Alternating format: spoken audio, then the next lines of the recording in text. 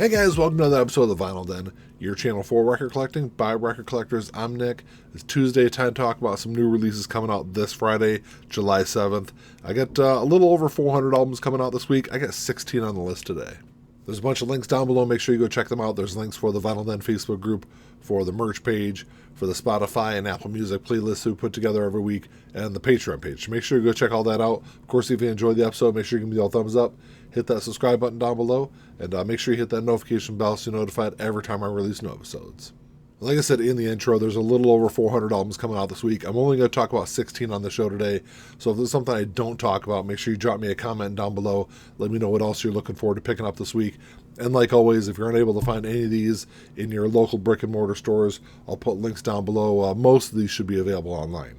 So I think anytime Taylor Swift releases anything, it's going to be the big release of the week. I mean, for Record Store Day, she did sell 115,000 records in one day. So this is going to be probably the big release for the week, or at least for a lot of people. But she's releasing the Speak Now, Taylor's version this week. This is the re-recording of her third album from 2010. It was a gigantic hit when it was released. Like I said, I'm sure this is going to be exactly the same. So I think there's two versions of this that I've seen online. There's an orchid version, which is a lighter kind of purplish kind of color that seems to be the standard release. And then there's a violet version, so it's a darker purple. It's going to be available through her website. I haven't seen if there's a Target exclusive or anything else coming out this week. I think it's just those two, at least I know of. If you know differently, you can draw me a comment down below. So there's this album, so it's 3 LPs, it's got 22 tracks on here. The thing I think is kind of interesting, or kind of cool that she's doing with these re-releases, or re-recordings, is she's going back, pulling stuff out of the vault, stuff that was originally intended for these albums, and recording them and releasing them. So you got 6 unreleased tracks that are going to be on this one. So 22 tracks total. It comes in a nice gatefold jacket. Like I said, I think this is going to be a really good release. It's going to run you $46, which I think is kind of in line with what we're seeing for 3 LP releases. And then this week you've also got Wham, the singles Echoes from the Edge of Heaven coming out. This is a new release celebrating the 40th anniversary of Wham's debut album. So this is a compilation of 11 of their singles, plus it has all the B-sides. So it's got a total of 19 tracks. I think this is a double LP also. It's going to run you $40. The thing I was interested with in this album, I probably still will pick this up, but I'm really kind of disappointed in the artwork on it. Obviously you can see from the picture here. I think they could have done more with the artwork. I know it's really kind of a nitpicky thing to do about a release, but Wham's stuff has been so long out of print. They haven't reissued really any of their stuff over the last, 5 or 10 years. And, I'd like to see them do kind of a bigger release. I'd love, like I said, I probably will still pick this up, but I'd like to see them do something better with the album artwork at least. You got a couple of really great jazz releases coming out this week from Blue Note. These are both part of the Tone Poet series, which, if you're not familiar with the Tone Poet series or the classic series that Blue Note's been doing over the last couple of years, a bunch of great releases, stuff that's been out of print for decades and decades, and really stuff that it's really, I think, helped people like me who, I don't have a big, history in jazz. I'm not a big jazz fan prior to probably the last 5 or 6 years. It really has helped me get into some older stuff that I haven't been exposed to before, which I think is great. And they're typically, the classic series releases typically run under $30. The Tone Poet series releases, which come in a nicer, thicker jacket, really nice presentation for the album, run about $40. So it's I think they're great ways for people to get into jazz music. So the first one, this is Sonny Clark Trio, released back in 1958. So Sonny joined Blue Note in 57 and immediately released 3 really iconic jazz albums. This was the third and final one of that series. Dial S for Sonny, which I think has also been a classic series release from Blue Note. One of my favorite jazz albums of all time. So you had that one, and then Sonny's Crib was the middle one, and then Trio was the last one. So you had Paul Chambers, Philly Joe Jones on here. These are all remastered from the original analog tapes. Like I said, it's going to run you about $39 online. I think it's going to be a great release to pick up. Trio's an incredible album. Then you got Hank Mobley, A Caddy for Daddy coming out. This was released in 1967. So Hank actually joined Blue Note back in 57. And over that 10-year period from 57 to 67, this was his 19th album he released for Blue Note. So just a huge catalog of stuff he'd done with Blue Note over the years.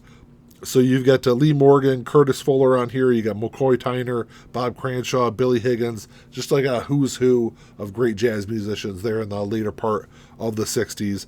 Same thing with that Sonny Clark album. It's all remastered from the original analog tapes. Like I said, both of these albums are going to sound absolutely fantastic.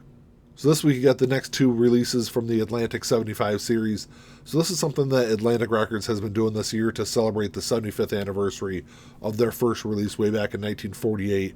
They've done some really cool releases so far. This week you got one of the biggest albums of the 80s and one of the biggest albums of the 90s coming out. The first one, this is INXS Kick, released back in 1987. It was their sixth studio album. So this is on clear vinyl. I think they're both on clear vinyl, actually.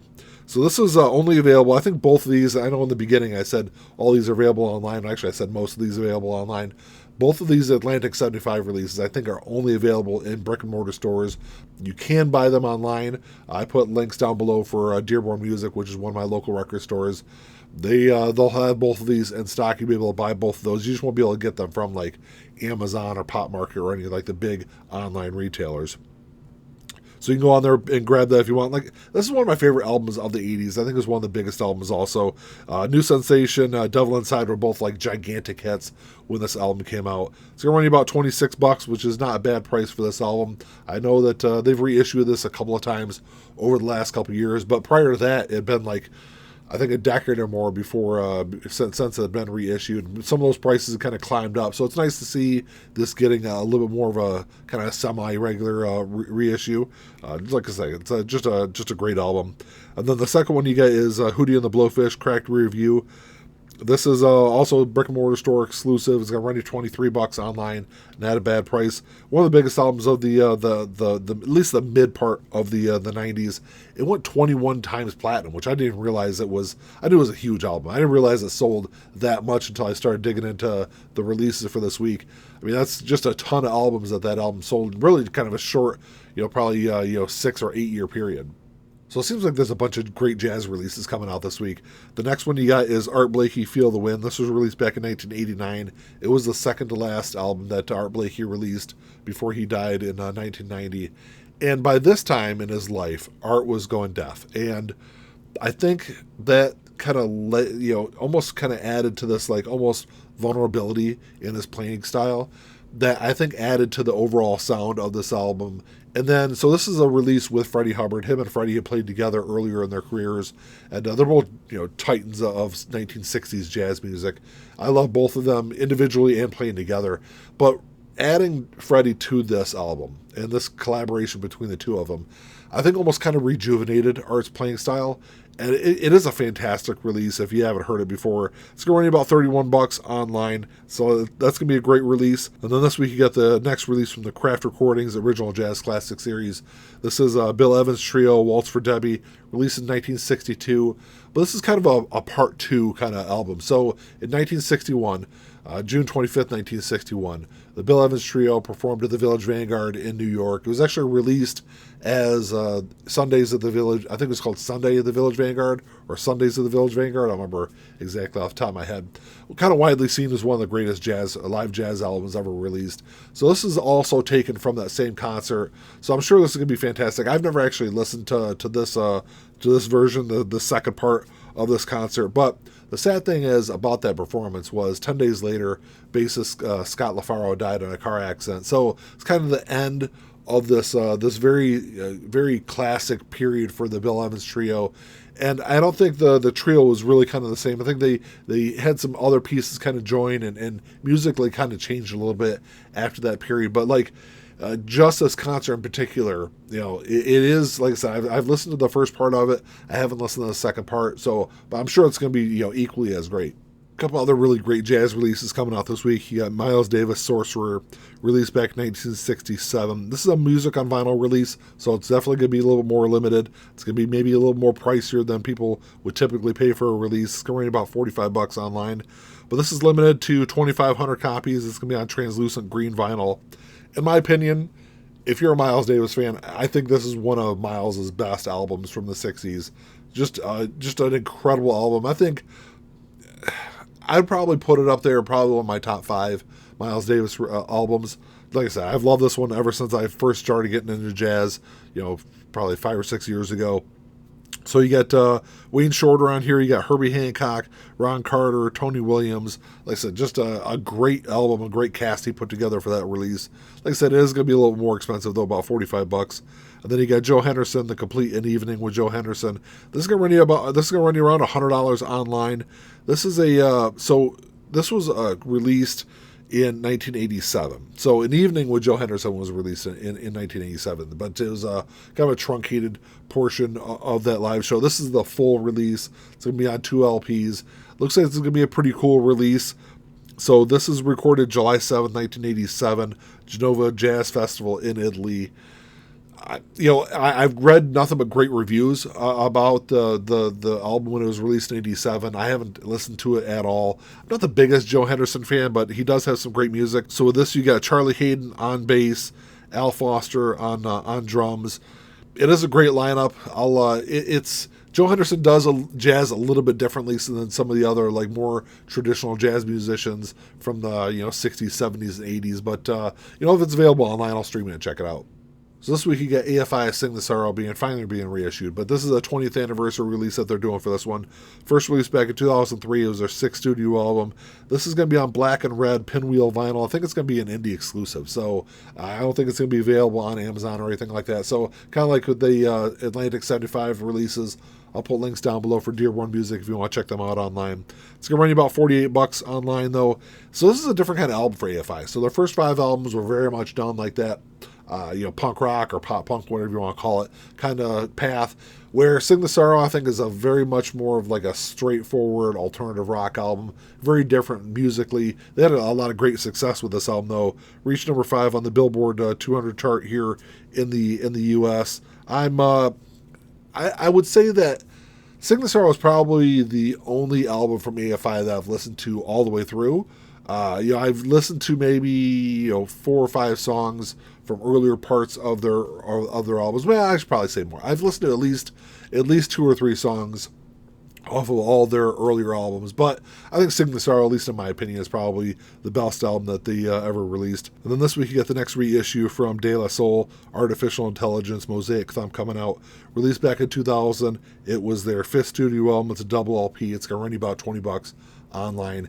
And this is kind of a return to form album for De La Soul. I think people will look back on De La Soul. They remember those first 2 really great albums. I think really kind of overlooked some of the other stuff that they did in their career.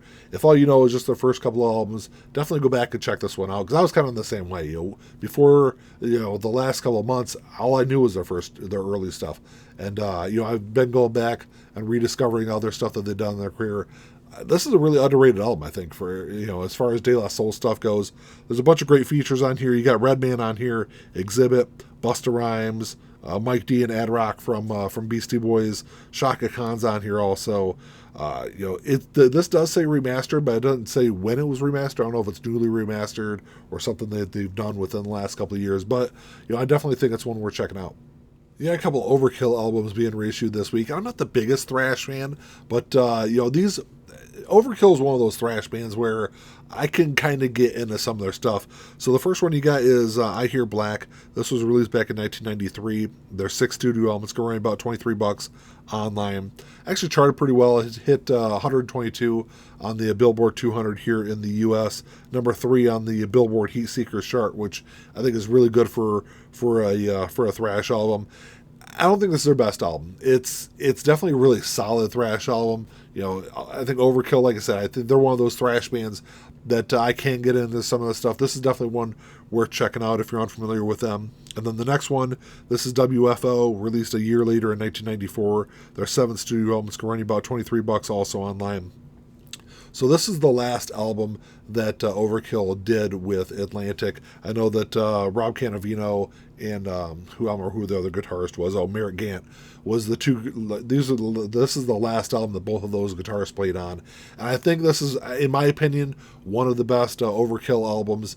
If you're unfamiliar with them, you want to start with somewhere, I would definitely start with this album. I think it's one of those albums that music by like 1994, especially like rock music, had moved on and was doing obviously different things with grunge and some other alternative stuff that was going on by '94. So I think when this album came out, at least, it kind of got overshadowed, got overlooked by where music was at that time. But I think if this is an album that had been released, maybe 3 or 4 years earlier, I think WFO would be looked on very differently than what it is right now.